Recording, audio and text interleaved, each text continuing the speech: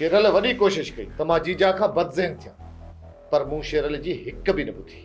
सावल पुट, Cheryl तुंहिंजो दोस्त आहे, उन बि जीजा जे फ़ैसिले जो मज़ो चखियो आहे। तूं बि मुड़ी वञ, शेरल सही तो चवई। मासी तूं कोन मुड़ंदीअ।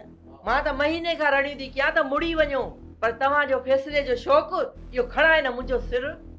सावल पुट, तूं वारिस खान खे कोन सुञाणी, वॾो ज़िदीरो आहे, इहो सोलो फ़ैसिलो कोन हाराईंदो। अमा तोखे त कुझु बि कोन थींदो न, तूं कहिड़ो फ़ैसिले ते हलंदी आहीं जो वेठी थी ड्रिजी। सावल पुट, मां कंहिंखो ड्रिजंदी कोन आहियां। माण्हू अकुलमंद थिए, हालातनि खे सम्झे, ऐं हिन महिल हालतूं ठीकु न आहिनि। मासी छा थियो हालतनि खे जो ठीकु न आहे?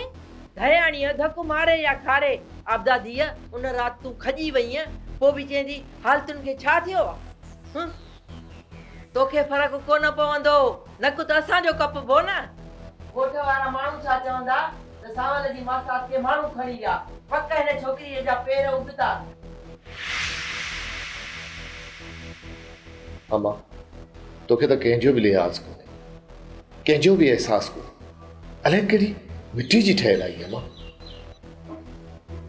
वञ वञ वञ, पेरे पैसे रिझाएसि परचाएसि, अलाए कहिड़ा हिन मुंहिंजे भाणे जी हिनखे तावीज़ करे छॾिया जो मस्तानो लॻो पियो आहे।